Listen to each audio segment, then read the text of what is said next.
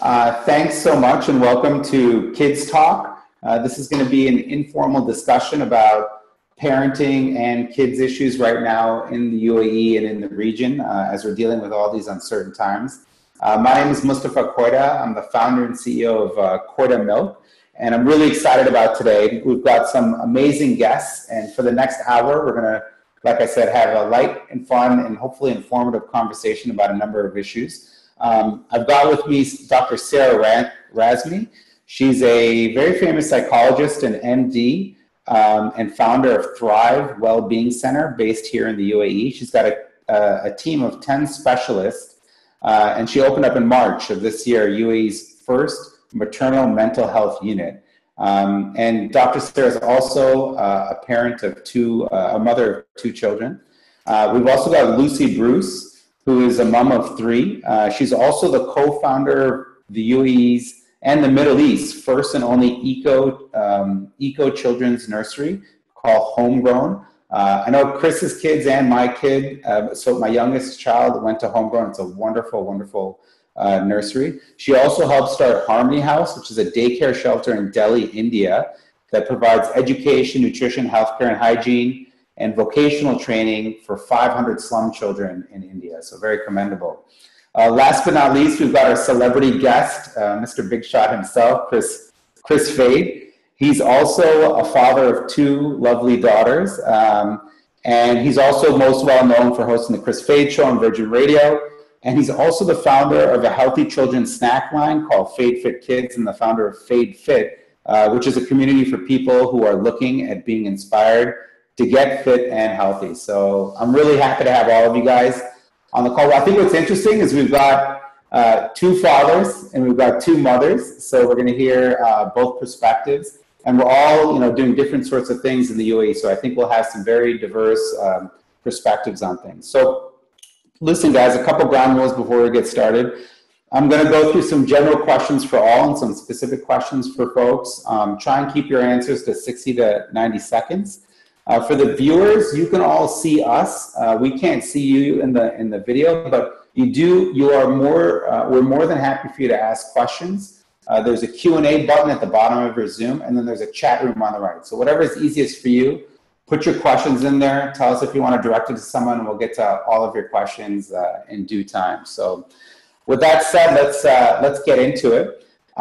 Listen, everyone, as it's been COVID in the UAE, as Dr. Sarah and I were talking earlier, a lot of us have been sort of in our cocoon, living in during the lockdown, and things are now opening up, and it's had a huge effect on how we live in the UAE and how we plan our summers and whatnot. So Sarah, I wanted to open it up to you as a psychologist here in the UAE. You've got a lot of parents and coming to you with challenges and issues.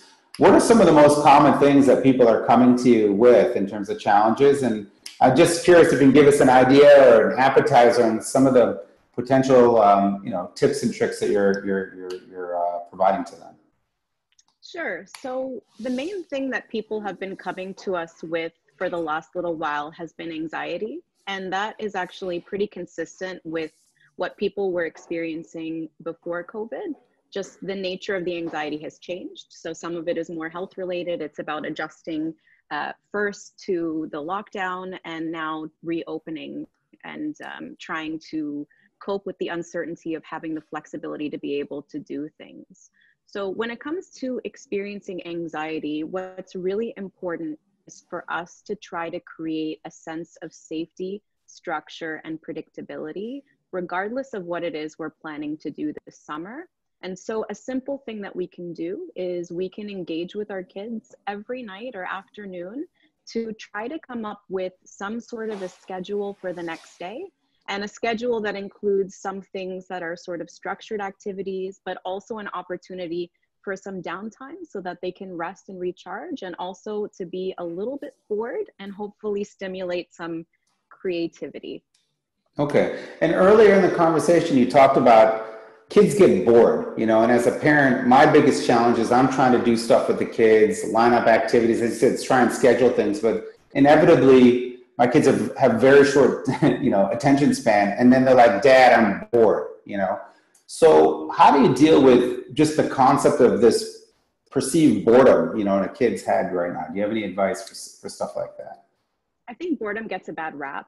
We think of it as something that's bad and something that is to be avoided, but it's something that's really important. As I said before, it gives us a chance to be creative and problem solve, but especially for older children, it gives them an opportunity to sort of sit with themselves, explore themselves, get to know themselves. And that's a really important part of becoming an adult. And for us as adults too, it's important for us to have that opportunity to connect with ourselves. So I think reframing the way that we think about boredom and allowing it to happen, even for a few short moments every single day, can have really positive benefits. I like that. So boredom gets a bad rap, basically. It sounds like we should embrace it a little, or give the kid a little bit of a chance to use their creative juices to get over boredom instead of trying to solve it. Is that what you're saying? Yeah. Okay, absolutely. cool. So I wanted to shift the conversation, Lucy, to you. Obviously, the founder of Homegrown, you guys, have been experts in dealing with kids, at a young age and managing them physically in your schools. I heard that you recently set up like an online version of it right now for the summer. I'd love to learn a little bit more about that. Can you just tell us a little bit about that, and how do you think that's going to help? Things like that is going to help parents and Sure. managing So we've their kids. created an online program. It's called In This Together, and it's for our children who are between 2 now and 4+. So obviously the program that we've created is not aimed just at the child. It's a parent or guardian partnership with the child. So the program revolves around a platform, which is Seesaw, and many parents have already experienced Seesaw before. And we are trying to empower parents or guardians to be able to bring the activities of nurseries and the expertise into their own home so that they become the teacher of their own child. Okay, and let me ask you, my biggest challenge when I was doing online schooling with my youngest Sophia is that we also had Seesaw, but I had to be with Sophia physically, to kind of make sure she wasn't, going off on a tangent or dropping her iPad and going somewhere. How do you manage, a young kid, with the iPad? Let's say they're, dialed into Homegrown. What are some of what's your advice in that parenting while the kid is online? Can you leave the child alone with it? How involved does the parent have to be, and how do you manage that? With our program, it is full parent participation. Okay. So it's not a program where we've created certain apps where you just give the child the iPad and they go off and they can do the activities on the iPad. It's all creative learning at home based on particular activities. So there are particular resources that need doing, there are objectives that need fulfilling. And we're trying, as I said, we're trying to empower the parents to be able to have the information about key learning objectives so that they're able to fulfill some of the learning objectives that we do in the EYFS and our Green Engagement Program in the nursery at home. So it's not for a parent who doesn't maybe have a guardian or themselves that can't sit with their child for 1 to 2 hours a day. It's for parents who actually want to be able to do guided programs and activities that can fulfill the children's curiosity. Okay. That's great. Chris, shifting over to you, I wanted to ask you, being our big shot celebrity guest, you've got to, I'm going to say that more and more, just so everyone remembers, but you've got a very busy schedule. You're on the radio. In fact, my kids are sort of entertained by the Chris Fade show in the morning, so that's sort of what they do in the morning, even whether they're in the car or not. But, how are you managing your 2 daughters right now as a father? What are you doing to keep them busy? Are they getting bored, and what are some of the things that you're doing to keep them engaged, especially now that we're out of school, Yeah, listen, I'm a big thing about routine, man. I like to keep my girls in some type of routine. I think it's really important. My life is pretty much structured. I structure every hour of my day to the point of I know where I'm going to be. I found that with the girls with home learning, it was really difficult initially. Then they got into the flow of it. I think the teachers did a really amazing job as well. Apart from the parents and the students, I think the teachers in the schools did a really good job trying to adapt to it. But now that school's out and we've got like 8 weeks together, usually we'd be in Australia or we'd be in LA right now, vacation time, doing what we do. So, you know, yesterday I put it up on my Instagram, actually. I took a photo of what I created because we were only on to day one and I could already see them both. One's on their Fortnite and I knew that she would stay there for 12 hours if I did not stop her. Your daughter's playing Fortnite? Yeah, my 8-year-old's on Fortnite. Wow. All right. Good on her. Yeah, I get my girls in, like, I'm raising them pretty much like adults somewhat. At the same time, I know that they're children, but I don't want them to be like, you know, they watch movies that are for 15 years old and above. Like, I'm cool with that if it's a bit of language here and there. I want them to be, I know they're going to watch it anyway, and they're going to see it on YouTube or TikTok or whatever. So as long as we're doing it together, I understand.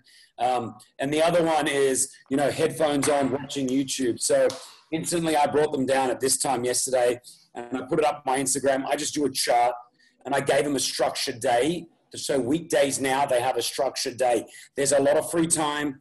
So what does that look like? Just walk me through it. Like, how many hours screen time are you using? What are they doing? Just give me an idea of what you've done for your schedule.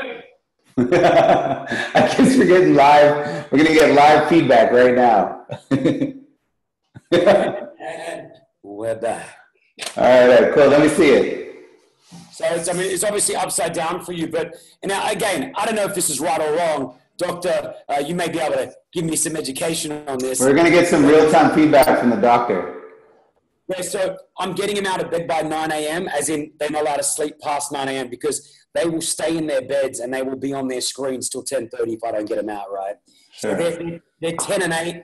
They're 10 and 8, and they're going on to 25 and 19, right? So 9 a.m. till 11 a.m., it's free. They can do whatever they want. I don't care if they're watching TV, whatever they're doing. They can be on their phones, Fortnite, all that's okay. They can be on their phones, Fortnite. 11 to 12, I've got them doing singing or dancing. That's just YouTube links that I've got of singing teachers and dancing that they do. So they're getting a bit of activity, but they've got great voices as well. So I want them just to enjoy that. 12 till 2, it's free time and lunch again. So we've had a lot of free time. I'm giving them, they're on holidays. I want them to understand that they're also on holidays and they've worked really hard. 2 to 4, no screens. It's reading, drawing, or summer activities. I've got a summer activities folder where I've also gone to Creative Minds and bought a bunch of like just arts and crafty stuff that they got to create. So I just want them off their screens doing that. 4 to 5, they get another hour of free time, which is great. 5 to 6, it's fitness. We have a gym at home. They've got to do some type of fitness, being jumping up and down, running around the yard, going for a swim or using the gym equipment. And then 6 to 9 is free time. Another 3 hours of doing whatever they want. They have to be in bed asleep by 10:30. So I've given them fantastic. an hour before. So no screen time. So again, I don't know if it's right, but I just knew as a parent, like, how am I going to get through these 8 weeks doing this? Like, and I figured, and I've told them that you got to follow it. At some time we can break it. I said the weekends are yours. I won't even question what you're doing. As in, if you want to do 12 hours on your Fortnite, go ahead and do it. But that's sort of where I'm at right now. This is the first time as parents we're having to deal with this. So, you know, we're all That is fantastic. Well, thanks, Chris, for sharing. We'll take a screenshot of that and post it up somewhere as well on the social media. So Sarah, you know, as the in-house psychologist, what do you think of that schedule? Does Chris get? Does he get an A, B, C plus? Or where is he on the scale? You know, what would you grade him in terms of his parenting and that post-COVID plan of action? So what I always tell people is that I'm not really in a position to evaluate anybody else. Oh, come on, let's make it fun and give him a grade. Let's give him a grade. It's true. You know what? He knows his kids and he knows the environment, and it sounds like there's a mix of free time and there's some structure, there's some physical activity, there's some social time. So he's got all of the important elements. And if it works, it works. And when it stops working, if it does stop working, you recalibrate and you do something different. That's all we can really do right now. No, that's great. Okay, Chris, you did well. On our side, what I ended up doing as a parent is my elder two, the youngest was a little hard, but as I'm an entrepreneur, I know a lot of other entrepreneurs. And so I got my eldest daughter, Serena, an internship over the summer, which she normally wouldn't have done. And she normally would have been too young for. But, there are a lot of SMEs here who, if the child is, I'd say even 11th grade, 10th or 11th, I'm sorry, 6th or 7th grade or higher even can still add value at a workplace, especially, recording information, doing competitive analysis and stuff like that. So I ended up making sure that Serena got an internship, not at my company, because if she was at my company, she would get spoiled and they know she's the boss's daughter. So she went to someone else's company, and I told the person there to be hard on her. So she's going every day she gets picked up at 8:30 and she's back at either 2 or 4:30, depending on the projects. And they've given her, kid-friendly projects, and she's adding value. So that's how we've helped her stay busy. And the second oldest one will be starting an internship, very soon too. But Sarah, back to you. You told us I'm going to pick on you as a psychologist, as what advice you're giving others. But tell me about your house. You've got kids. What are as a parent now, what are your biggest challenges right now, and how are you dealing with them? So I have 2 kids. One of them is almost 16 and the other one is almost 5. So somebody is complaining at all times, and usually about very different things. So it's always a fun time over here. I think the main thing is the boredom piece, and my kids, they haven't really seen their friends over the last few months. So there's a little bit of that social disconnection. So we try to accommodate that in different ways. My older son plays PlayStation. I'm a bit more flexible, a lot more flexible with screen time now, given the situation and because it's accomplishing a bunch of other tasks. But honestly speaking, my kids have enjoyed having me around a lot more, because before this situation, I was at the office 6 days a week for very, very long hours. And now, even though I'm still working from home, I can see them in between sessions. I can see them in the morning. We can have lunch together. And so I think that for them has really outweighed some of the cons of the situation. So do you think your relationship is changing with your kids pre-COVID and post-COVID because of that? I don't think the relationship is changing. I think the opportunity to have that quality time has just increased. So we always had it. It was just in much smaller doses. And so it's been nice now. I've been able to really witness and be with them a lot more than I normally would be. And it's going to be really hard when we eventually reopen, and I'm going to have less of that again. Yeah. Okay. Lucy, how about your kids? I know your 3 naughty kids as well. They've come over every once in a while. But how are as the founder of Homegrown, you're helping manage other kids. But let's talk about yours now. What's going on with your kids, and what are the biggest challenges you've got with them right now, and how are you managing that? Challenge is balance. Finding a balance between. I think we were talking before we opened the group about our own personal wants and desires for our children based on what is actually right for them right now. So, Chris, I know my kids would absolutely love to come and live in your house based on your schedule. And they're going to be complaining to me now. I mean, I have, they get up early. Mine are early birds. They will get up at, 7 or 7:30 in the morning. And then they're in bed by 9 or 9:30 at the latest. But I have created a schedule for them where they have certain tasks that they need to complete in the day. Now, it's up to them when they complete it. And I've given them an indication of how much time I'd like them to spend on certain tasks. And they will get points based on those tasks that they do. And those points quantify into... Well, hold on a second. So it sounds like you've got some currency going on in your house. So who's tracking... Screen time. Yeah. So who's tracking and policing the point system? How do you manage that? I'm doing that, and I'm trying. Okay, I think I'm a little bit of a controlling parent. I'm admitting it. I am a controlling parent, but and I guess this is just another way for me to control what they're doing during the day. However, I do want them to have structure in their day. I do want them to do activities or something purposeful. So we've got, activities from kindness, from mindfulness, from cooking to reading. definitely exercise every day. And as they complete off one of their challenges, and it's something that they can choose to do. So I might just recommend do exercise, but you do 30 minutes, but you do whatever you want to do. So, so give me an example of like, how many points would your son get in a day? Give me an example of a couple things he did and how many points he ended up achieving. So yesterday, Jude learned to boil an egg. So he got a point for that. Yesterday, Jude did his exercise for 30 minutes. So he got a point for that. He did 30 minutes of reading. He got a point for that. He did 30 minutes of singing. He got a point for that. He did an hour of maths. He got a point for that. He did half an hour of writing. He got a point for that. Maths. School holidays, Mum. I know. But I just, I want my kids to not lose what they've learned along the way. I think Jude wants to move to Chris's house for sure. But Jude, I know they want to go move to Chris's house. So, but coming back to this, so Jude got 6 points. Jude got 6 points. Or how many points did he end up achieving that day? Well, I think he ended up getting 9 points. And then what does he do? How does he cash it in somehow? Like, how does he exchange it for what? So every point means 5 minutes of TV time. Ah, okay. Oh, I like that. Is they club it together. They club their points together, and then that gives them like potentially like an hour and a half in the day. So Chris, I mean, Lucy. What they're gonna watch. Chris, Lucy's making her kids earn their screen time. You are just giving it away, by the way. So I just want to hear, I mean, there's two trains of thought here. I mean, what do you think? I mean, fathers on one side, mothers on the other. Let's see what's going on here. But Chris, what do you think? That's a slightly different perspective than your schedule. What do you think's right or wrong? I think that's amazing. As Doctor said, I don't think there's a right or wrong way. I mean, there's probably a wrong way, actually. But I don't think any of us.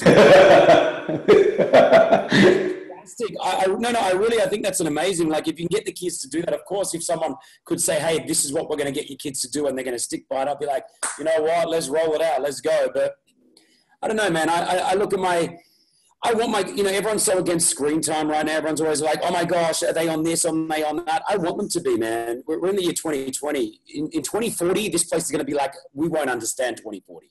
All right. With social media, it's not going to stop. It's only going to get worse, and it's only going to progress. So I want my kids to understand that now. You can fight it as much as you want. And I was doing that. Like, I don't want my kids to do this on Instagram. I don't want them on TikTok. I don't want them to understand. And then I realized, you know what? This is where we are going. This is the way that it's going. As TV was for us, as our, watching TV shows when we were kids, YouTube, Fortnite, TikTok, this is where it is right now in 2020. In 2035, the five of us on this screen won't understand half the stuff that's going on, right? We are going to be we're going to be outdated. So I'm making sure that I'm trying to get that balance for my kids to understand the process, because when they're 18, I want them to be on it. I want them to know. And it's interesting because Lucy, you're like my sister back home in Australia. My kids are very similar to what I understand, which I love. Like, I look and their kids are just so amazing. And my kids go home to Australia and they interact sometimes. And I love just watching it happen because, like, it's so cute to see the differences in how they're raised. So Chris, it sounds like you're saying, hey, let's embrace the screen time. Lucy, I'm going to say that I think you're kind of saying screen time is a treat, and you have to earn your screen time. Maybe you have a different point of view than Chris. You can certainly duke it out. I want the doctor in here. Doctor, if we've got one vote for, one vote against. Where are you on this whole issue of screen time? Should you be embracing it, or what's the balance? What do you think? I think we have to embrace it. There's really no choice, especially over the summertime, and especially with all of us being here in the UAE and the weather and needing to be indoors. Embracing doesn't mean just kind of letting it go and not having any restrictions or parameters. I think we each need to evaluate what those are. And I think what's important, especially with older children, is that they have a little bit of a stake in it as well. We don't want 15, 16, 17, 13-year-olds needing to be sort of monitored all of the time. We want them to be able to develop the ability to kind of regulate it to an extent on their own. So I'm definitely in favor of it. And I think we need to be a little gentle with ourselves because these are really unprecedented times. Yeah, yeah. Okay, listen, guys, I want to kind of switch the conversation to a slightly different, or Chris, did you want to add something?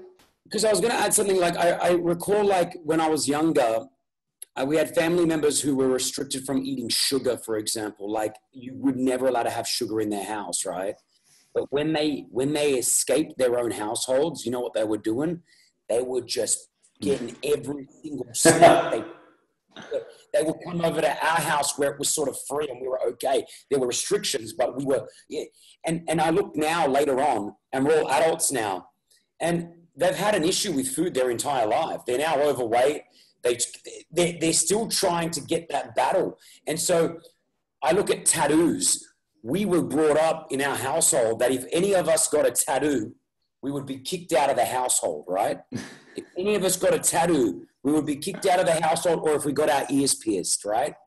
I have tattoos all over my body. My brother is from here to here tattoos. My sister, tattoos all over her body.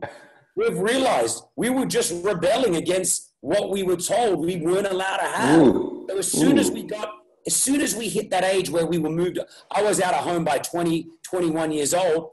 We were guns blazing. We were doing everything we couldn't do. So I'm trying to, and again, there's no right or wrong. Like, I love the way that Lucy's doing it. I think that's so amazing. Lucy, you better watch out.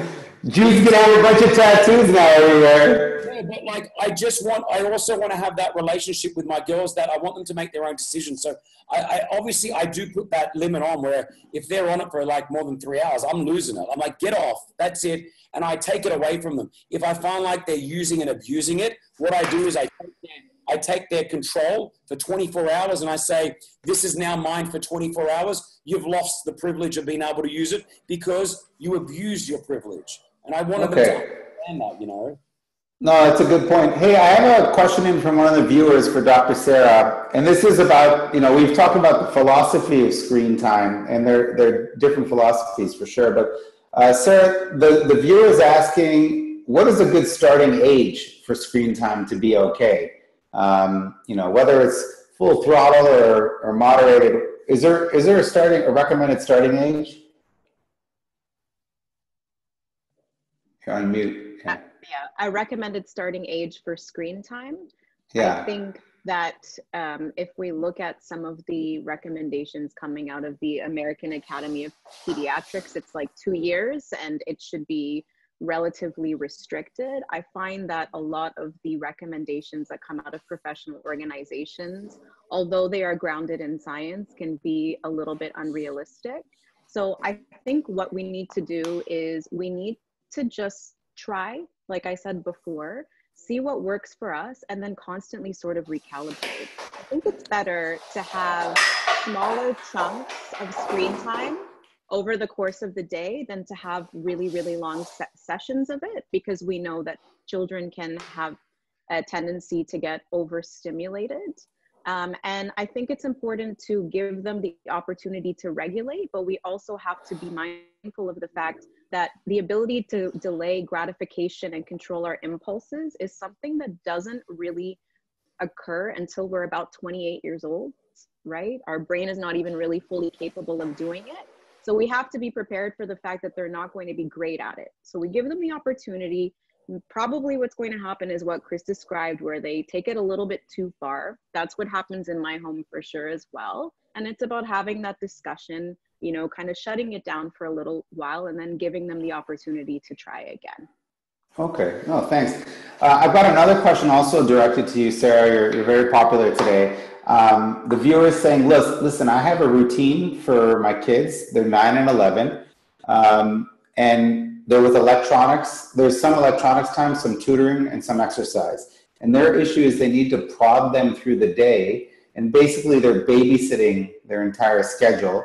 And the problem that the viewer is having is it's hard for, and this is a problem that all of us, I think, are facing you, is it's hard to get our own work done, because you cannot physically send them to a camp or to school. And what's your advice? I mean, she mentioned rewards, as Lucy has successfully put in place. I mean, any advice on how you balance that right now? What I would do is I would try to look for the patterns and see which are the activities they're the most reluctant to let go. And then what I would start to do is probably give them a little bit of a heads up. So maybe 15 minutes before it's going to end, 10 minutes, 5 minutes. So that way they have an opportunity to kind of wind down and come to terms with it. Because if we think from our own perspective as parents, when we're really engrossed in something that we're doing, the time passes really quickly. And it can be really difficult to put it down, and even more so for our children based on what we discussed before. Yeah. So I would try to do that sort of a countdown for sure. Yeah, I've done the same with my kids. If I tell Danielle to get off of Fortnite, he'll flip out, and it's war, me versus him. We get into a big, long debate. He's actually pretty good at debating, by the way. But if I say, hey, Danielle, you've got 15 minutes before it shuts down, I agree. In his mind, he's kind of accepted that, and he knows that I've given him a little bit of extra time, to handle it. Okay, guys, I wanted to sort of shift the conversation to another aspect of dealing with COVID, and that's the physical activity and staying fit. And I think a lot of our kids, and ourselves, I gained a little bit of weight during Corona, eating a lot of things that were probably not so healthy, and certainly my activity was down. And now we're coming out of this cocoon. So, Chris, I'll start with you, seeing that, you've got the whole Fade Fit thing going on right now. How have you had your kids, adapt to the opening up and staying physically fit, and I think you're also, from what I understand, you're still adhering to some pretty strict social distancing rules. So even though things have opened up, you might not be going out as much, but how are you dealing with the physical, especially when kids can't interact with other kids and be outside? How are you dealing with that? What's your kind of rule of thumb on that?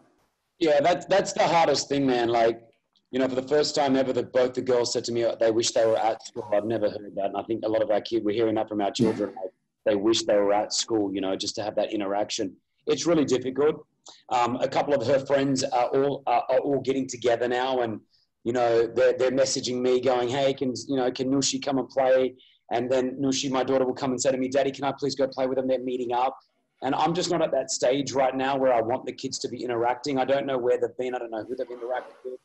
And, I just want to I want to be able to protect what I can protect. So it is the hardest thing. I'm so grateful that they've got each other, and there's 19 months between the two of them. So I think I look at, if she was an only child, if they were only children, I'd probably be looking at it in a different way, where I probably would try to get them to have a friend that I know that I trust, where they can play. But the fact that they're together, they are literally like little best friends. They play most of the time together.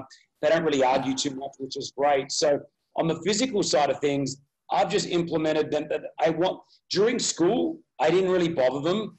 I was just trying to get through that home learning. That's all I was trying to do. Like, I just wanted to get through that school period of, 15 weeks. They did a really good job. Now that we're out of it, I think the physical side of it, like, again, they're hanging out together. We're keeping fit together outside. As I said, we've got the gym in the back where, they're on the little treadmills and they're just doing YouTube exercises. There's TikTok exercises. So if you've got those teens or those, younger than teens or early teens into TikTok, there are now personal trainers that are using TikTok dances as fitness, and it's really cool. So they're both doing their like fitness, but they're doing TikTok dances at the same time. So I'm killing two birds with one stone. So, and again, for me, physical fitness is more about the mental health than it is the physical health. A lot of the time, I want their brains just doing something different. I don't want them just sitting on a screen. I think that's really, really important. No, I like that, Chris. The TikTok thing is great because our kids are all addicted to TikTok. So why not have them do, kill two birds with one stone? And, I think also to that point, not a lot of people, the general population, can afford, having, I've set up a home gym or you set up one, but not everyone can do that, So, it's great when there are activities that don't cost any money at all. So I think on TikTok, like, where do you go? I mean, do you have any of the handles or any of the usernames that people can go to? If you just go into YouTube now and just type like TikTok fitness, it will just pop up. There's especially one guy that's the master of it, which is what they're doing. But, you know, apart from that, we were waking up early in the morning and going to the beach. Like, there's not too many people on the beach early in the morning. It's free. The weather's all right, you know, before 10 a.m. And the girls will go for a nice swim, or we'll just going to a local park and going for a little run together. Like, there's a lot that you can do, you know. It doesn't mean that you need to gym, you know. I think it's about balance, but I'm being very easy on myself. I think as parents, we feel guilty pretty quickly. I think, you know, that's am I doing enough for my child? And I think we've just got to realize right now we're in a really weird period. We've got to be really gentle on ourselves. And I think we have to be gentle on our children at the same time, and not be so like that. That's how I'm just rolling this phase out, man. I want to get in, get out, you know? Yeah, I hope it's a phase that rolls out. Lucy, what are you doing on the physical side for your kids? I know you said, like, for example, you know, there's a point system for exercise, but what are the types of exercises that you think are safe and you're allowing your kids to do, you know, in the community or whatnot? With younger children in particular, it's difficult, right, to say, come on, follow a TikTok or even on screen. But there are some great YouTube programs based for fitness, particularly for younger ones. One of them is Cosmo Kids, and that's yoga based, which is really fun for the kids to do and follow, and there's music involved. But if you are in a small apartment and you can't get out and it is very hot, you know, there are great things that you can do around the home, like building obstacle courses or imaginary bridges where the children have to, you know, climb over or crawl over. Just get them moving around the house. House parkour is a lot of fun. My son loves to do that, jumping over whatever he can and bouncing off the furniture. And we all have these Fitbits. So it's actually crazy to see how many steps the kids do in a day without doing any exercise. You know, I'm like doing all I can to get them 10,000 steps. By 11 o'clock, they've all done 10,000 steps. I'm thinking, how did you do that? So just remember that kids are naturally active anyway. You know, if they are sat down for 3 or 4 or 5 hours, and obviously they're not being active, but if they're playing around the house and moving, then they are getting physical activity. But if you're lucky enough to have like a home with stairs as well, you can give them a challenge, like running up and down the stairs how many times. We did a Mission Impossible challenge where they had to do, you know, various different activities and crack the code. And there's all sorts of brilliant things that you can come up with. And if you don't have the time, like I said, go online and you can get some great ideas as well. Okay. Lucy, I think that I should send my kids to you and you can send your kids to me. And we can figure this thing out. You can cross-pollinate. Yeah, we'll see about that. I'll send my kids to both ears, and then I'll be fine too. So, hey, Lucy, I've got a viewer who's asked a question. Since you own a nursery, the question is: this is an anonymous viewer, will nurseries be able to open in September? If so, what's your opinion for parents that are hesitating to send them if open, with all the restraints on social distancing, masks, etc.? So, you know, what's going on with the whole nursery scene, Lucy? Where do you see it going? Well, that's a really good question. And it's one that, you know, I cannot give a definite answer to at the moment. We are hoping, yes, we will open in September, but what that might look like is something that we're working on right now. We're waiting for a directive from the Ministry of Education to say that, yes, we can open. And I know that they're kind of exploring various different methods of that. So they're looking at perhaps smaller capacities in the classroom. Within our nurseries, we already have small classrooms anyway, so how much that will affect us in terms of numbers and ratios, we might be okay. I know they're looking around the bubble system, like what they do in the UK. So instead of having the children moving around to various different areas in the nursery, that the specialist teachers will come into the classroom. The PPE. When you said bubble, I thought you were going to put kids in big plastic bubbles. There's a movie about that or something. Now, right? So even in schools, they're going to create these bubbles where.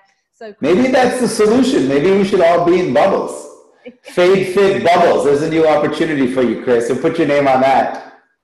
Yeah. Sorry, Lucy. Go ahead. Yeah. No. So if they're in a classroom and you know, on a daily basis, which children they're with, you know who they've interacted with. So let's say, for example, a parent contracts COVID or a nanny of a child contracts COVID, we know automatically that our children have remained in that bubble. So we know moving forward that these are the, it's only the class it's going to affect, not the nursery. So that's the reason behind trying to contain children in smaller numbers and not letting them integrate with other children in various different classrooms. And then PPE, we saw the announcement yesterday that all children over the age of 6 at school will have to wear a mask full time. Children under the age of 6 don't need to wear them. And it's very difficult for children, babies, toddlers, to able to understand what an adult is saying if they're covered with a mask. A lot of children are learning language, and a big part of that is looking at the formations of the mouth and how they correlate to the sounds.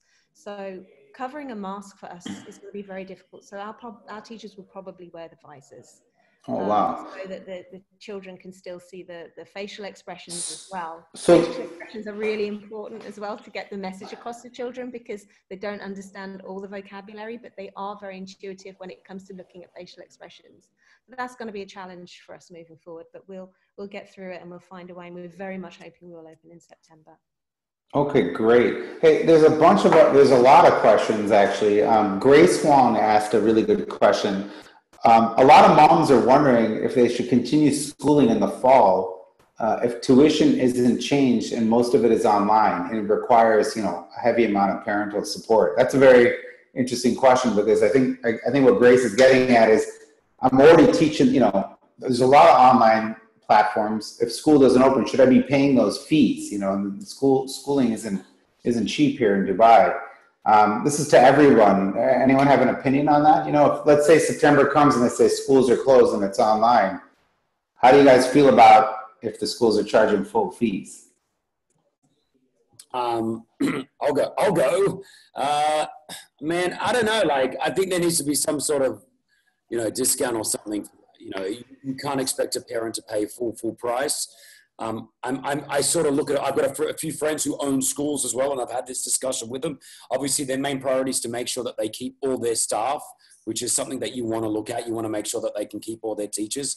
You don't want anyone losing their job. But then you got to look at okay, are they still paying the same amount of DEWA, their electricity? Has their rent been subsidized? There's a lot of questions that you got to ask and say, okay, well, if you're saving money here or you're not spending the money here, can we get it here?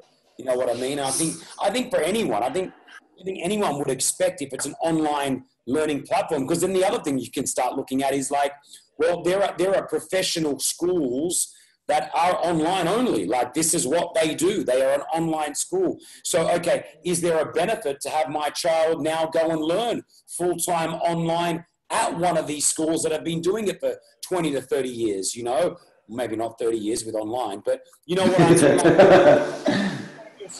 I've started weighing that up. Before we were doing home learning, I was not looking into, but I was asking questions about home learning and how it is. I meet a lot of people in the industry that I work in, especially in the States, where a lot of kids were getting taught at home. That's what they did. They didn't go to school. So I was just trying to weigh it up. Are there benefits? What are the negatives out of it? But, if we hit September now, and we're going to be online again, I would expect the school to sort of just say, hey, it's a 20% discount or whatever it is. I would just expect that. And I feel like a lot of the schools, not all, but I think a lot of the schools feel the same way. The school that my kids go to, they already gave us a 15% discount on last semester, which was great. And it was appreciated. So, that's where my mind's at. That's where I'm thinking it should be. I think to that point, I agree. I mean, if they open up and it's all pure online, every parent will expect a discount. However, we also have to, as you said, take in consideration, Lucy, you could probably attest to this more, is that the schools still have rent. They still have costs, like DEWA costs. And there's unless they're subsidized or there's a big change, I don't think it's fair for parents to expect it to be like a drastic discount, because there's still major costs, unless there's an interesting pivot that happens there. I don't know, Lucy, you are the school, you own a nursery, so you can probably speak to it a little bit better than anyone. I I think what's important is that you're fair in all of this. Like, you have to be fair to your staff, you have to be fair to the parents, you've got to be fair to the kids by offering the best online platform that you can. And unfortunately, there have been schools that haven't been fair. Like Chris said, some schools have made the most profit this term because they're not paying certain bills, or they've let staff go, or they're not paying their security team. So last term, term 3, some schools didn't pass that extra profit on, which is disappointing.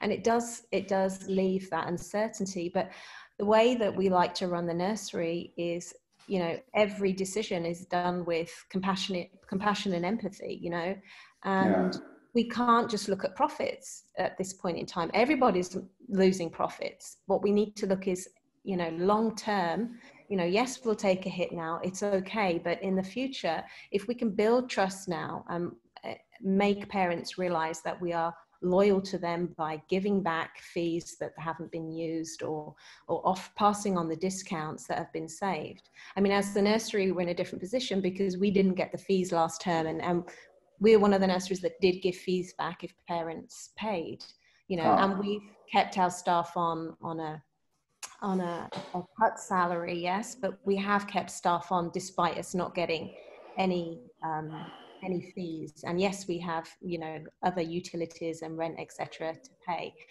But I do think that it's a responsibility for business owners, and particularly for owners of schools, to look at the bigger picture, you know, and you have to pass on the discounts and ride out this next year and know that it will come back. You know, we've all got to take a hit, you know, it's our strategy. We're in this together. So if you're not those people that's kind of helping out others at the moment, it's people are going to remember that. They'll remember what you didn't do. Yeah, with the things you do now, people will remember for a long. It's all about your reputation.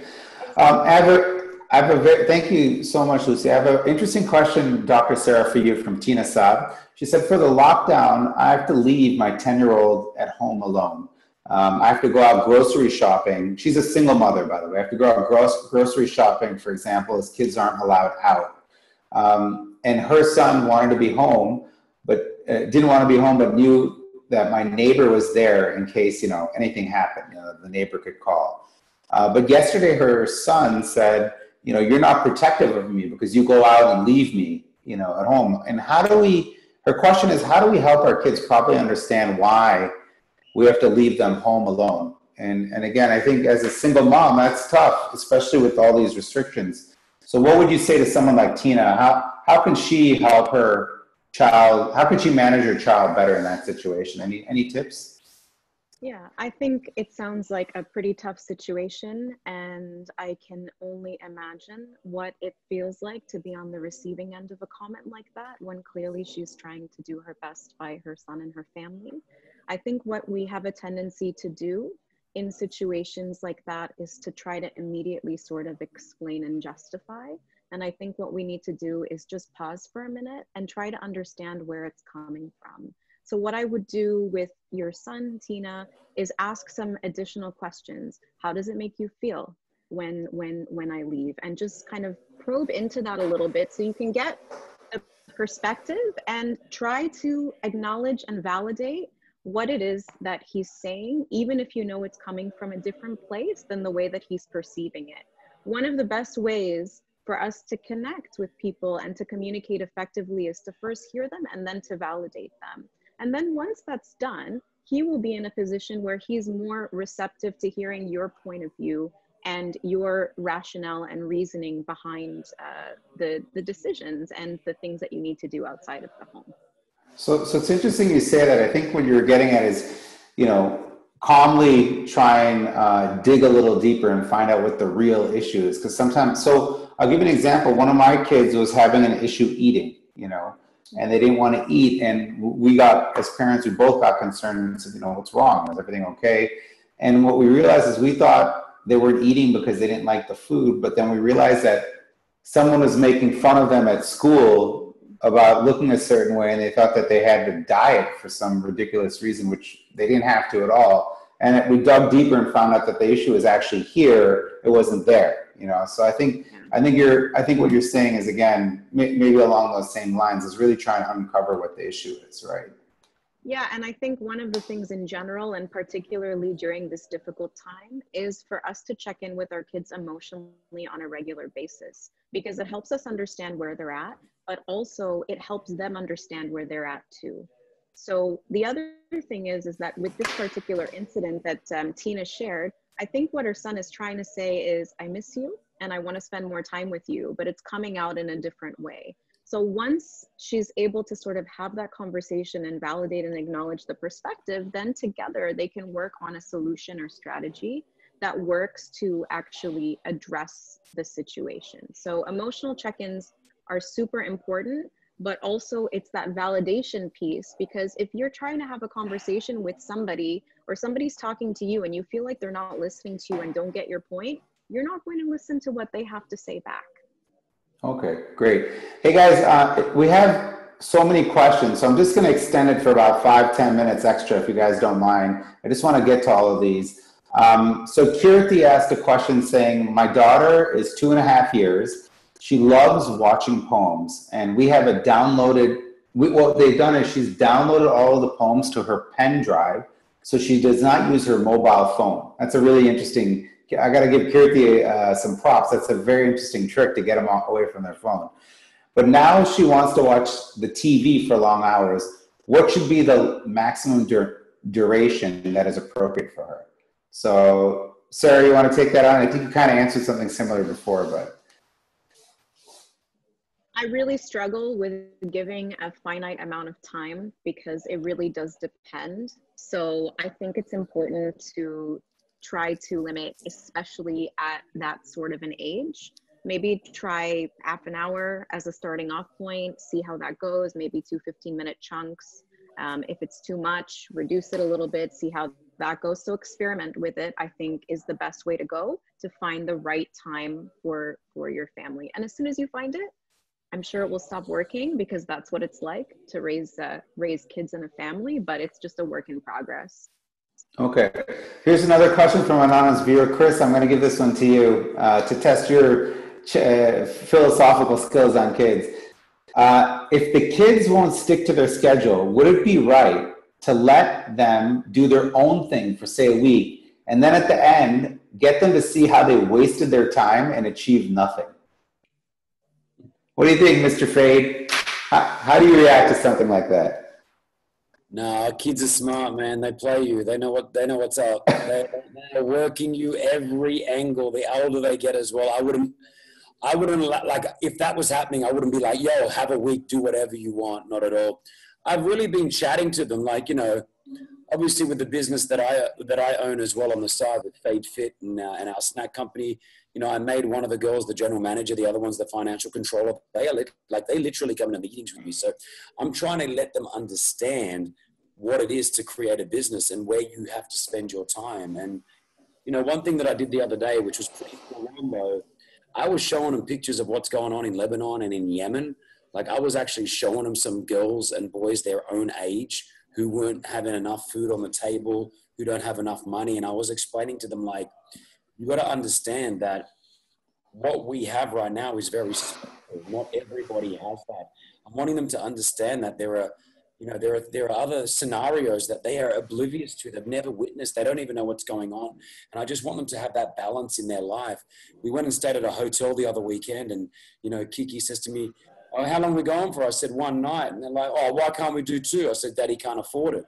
You know, and I want them to understand that there is a price with everything that we do. It's not just everything is go, go, go and take. So I'm trying to get on their level. And, you know, I learned the other day, only recently actually, where I try to get physically on their eye level now. Like before, where I would stand over them a little bit and talk to them, I'm now coming down at their eye level. And, you know, they're both completely different personalities. Kiki's the warrior and wants to fight everything, where she's a little bit submissive and she will take what I tell her.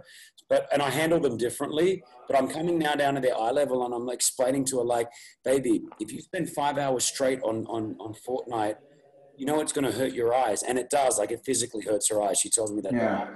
Sometimes. I'm like, The reason why your eyes hurt, baby, is because you're physically looking at this screen. It's not good for you. And I want you to understand, like, I'm trying to get on their level. I realize that doing like this and it doesn't actually work. And it repels them away from me. So I wouldn't give them, to answer your question, would I let them do a week and then come back and tell them this is everything you could have achieved? No, I think I'm going to try to just do the process. And it's not easy. As parents, we get tired. I'm up at 4:20 every day. Like, man, at around 12 o'clock, I'm sort of bringing myself down a little bit. And they're like, what do you want to do?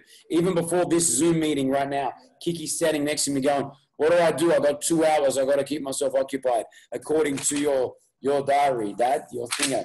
And like, literally my reply was like, I'm doing this Zoom thing. Go do whatever you want to do right now. I've got work to do, which we've got to, again, just manage it all. But it is what I mean, that's an interesting question. It goes in line with one of our viewers who asked, again, to all the panelists, how do we each ensure that we as parents get a bit of our time, a bit of each time to ourselves, so that we don't emotionally and physically get drained, by this long summer experience? I think we're all a little freaked out right now. How are we going to handle, our job, challenges with the job, the kids, managing the kids and all that. So, Lucy, how do you sort of view that right now and getting your own personal time? How do you manage that? Do you have any rules of thumb? Yeah, no, I mean, we were talking before with Dr. Sarah, and she was saying that she's found that anxiety during COVID-19 period with adults has increased. I think one of the reasons is because we are not getting that break from the children that we would normally have when they're at school or when we're at work. And as awful that sounds, because obviously we all want our children around us all the time, to be able to get what we need to get done, or even just to spend 15 minutes reading a book, or just alone in a room with nobody saying, "Mummy, mummy, mummy, mummy," it can get quite stressful. And that's when, Chris's philosophy of kind of saying, well, okay, you can go and have an hour and go and have your screen time for an hour. I think it works brilliantly. And don't get me wrong, I do that. There are times where I'm like, okay, you can go and use your iPad for an hour and whatever. And that's great. It is a great tool, even with toddlers, and again, we're looking at how much time should we give screen time to little ones. If you need a 20-minute break, if it's a question of you're going to pull your hair out and you're going to scream at the child for the next half an hour, or they can go and sit on their iPad for half an hour and you can take a breather, I would opt for the iPad every single time. Cool. Definitely. So it's a great tool to use, and I think it's really important as parents that we do try and get some downtime. So whether it's your partner and you say, please take the kids for for an hour, I just need to read a book, or I just need to rest, I think it's totally acceptable, and you need to be able to do that. And it's finding the balance and trying not to feel guilty about it that we're all struggling with at the moment. Great. Hey, Lucy, I got another viewer question that I think you'd be most appropriate to answer. It's from Paris Young. She said, what's your advice? What advice would you give to educators who've been made redundant? A few of my friends are struggling, ! So, there's a lot of teachers, I assume, that have been made redundant. You being from the industry, any advice for someone like Paris and how she's struggling with this, sort of new situation? First of all, hi, Paris. I know Paris. Paris used to actually work at Homegrown. Oh, okay. All right. So there are a lot of educators who are unsure about their future right now. And schools are unsure as well, because they don't know what capacity are going to come back in September. So there could be further job losses. It's unfortunate. It's a daunting prospect, but it's a reality right now that we all can face. If you have an employer who has made you redundant, what I would suggest is try to appeal to them if you're on their visa to try and stay on their visa. I know anyway that the UAE have implemented laws where you can stay here till December, regardless of whether your visa is valid or not. And I think if you are able to, if you do want to stay in Dubai, if you are able to stay and sustain yourself financially until December, there will be more positions coming up. It is going to be, next term is going to be tough if you are one of those people that have been made redundant. But like I said, if you're able to stay in Dubai and just ride out this next term, moving into to December, January, I do feel like there will be lots of opportunities and things should hopefully get back to normal. Is it allowed? Are you allowed? I don't even know what the rules are now, but if you're doing home learning, are you allowed now to bring tutors in to come in and maybe help manage kids while they're doing their online schooling or to tutor them? Is that allowed right now? So if a teacher is employed by a school, it's not allowed. Okay. And also, if you are not employed by a school, if you're not licensed, it's not allowed, right? So it's a bit of a gray area. So I can't sit here and say, oh yeah, fantastic, why don't you just go into somebody else's home? You're putting yourself in danger, you're putting the child in danger. You know, there's lots of kind of red tape that you don't even want to go into. I think that's a decision that you can make yourself if you know somebody, if you trust that person, if they trust you and you have a pre-existing relationship, then if you have that equation, then that's a great way to make extra money. Is it legal here in Dubai? It's not. So you need to take things into consideration. Okay, great. Okay, everybody. Well, listen, we're 5 minutes past the hour. I'm going to sort of wrap it up right now. But one, I wanted to say thank you to all of our, listen, it was amazing. You know, we had about 17 questions come in the last 30 minutes. We got to most of them. So I wanted to thank you all. I thought what I'd do is two things. One, I want to do a little quick vote. Yes or no? Do you think schools are going to open? Okay, option A is they're going to open totally. What's your best guess in September? They're going to do a hybrid or they're going to be totally online. Okay, so A is they're going to open up completely. B is they're going to do a hybrid. And C is they're going to stay online. What's your best guess? Chris, where are you on the vote? Best guess? Not going to open. You think it's going to be online again in September? Yeah. Okay. Sarah, what's your guess? My guess is hybrid. Hybrid. Lucy, you have the most invested in this answer, by the way. Open in full. Okay. I feel like it's going to be a hybrid. So let's see what happens. And the last thing I wanted to ask you, if you had one piece of advice you want to give to parents as of right now, today, in this situation on managing their kids, what would your 30-second soundbite of advice be? Lucy, I'll start with you.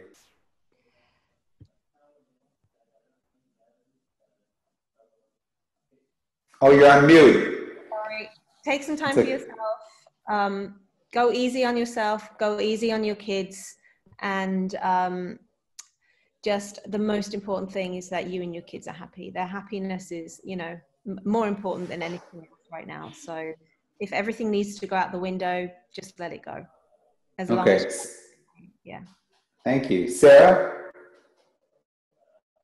Very similar to Lucy. I think it's important for us to be realistic in our expectations. And I think we need to reframe the way we look at self-care. We look at it as something we should do when we're about to lose the plot, but it's something that should be a part of our everyday life, even for a few moments, because it can help prevent us getting to that point in general. And that's good for us and it's good for our entire family. Oh, that's great. Thank you. All right, Mr. Fade, final words. Go and buy Koita milk. It's available. Amazing show. I think I'd mix between Lucy and Dr. Man, look, it's like if we're not good as a parent, believe me, it's going to feel, our kids feel it, man. Our kids feel it. So if you're stressed out and you're not feeling good about yourself or whatever it is, look after yourself first, and the kids will also come with you on that journey, you know. I know that when I'm feeling good, the kids are feeling good. And I know when I'm stressed or whatever, the kids definitely feel that stress. My temper's a lot shorter than usual. So my only advice is to get out there, do some physical fitness for your mind, really. That's all. You know, I went through anxiety and depression many times, and I've spoken out about it so many times. And, you know, one of the ways that I got out of it was just keeping fit and keeping healthy. It's more of a mental check. If I go do an hour on the treadmill, believe me, I come out of that feeling so much better. So don't be so hard on yourself. Don't be so hard on the kids. This is not going to, this is not the new norm. We will come out of this. We will, and life will come back, and we'll live our life. And I think we'll be better for these moments. So take care and look after yourselves, and be easy on yourselves. That's how I'll leave it. And buy Koita milk, of course. Well, thank you. I take note of all your advice. Listen, guys, thank you so much. I would say my final things would be, in line with what our amazing speakers said, is to set realistic expectations for yourself. And don't expect yourself to be replicating this utopian teaching, system, because that will help relieve some stress. And the one thing that I've done is I would snap at my kids a lot, and now right before I'm about to snap, I just ask myself to ask the kid, why are they angry? I just say, hey, before you get angry at them, ask them, why are they angry? And I've been, and then I learn so much. Sometimes I laugh because it's something that I totally don't think it is. So that's been sort of my rule of thumb. But listen, everybody, thanks so much. Good luck and God bless. And we'll see you again sometime soon. Bye. Bye.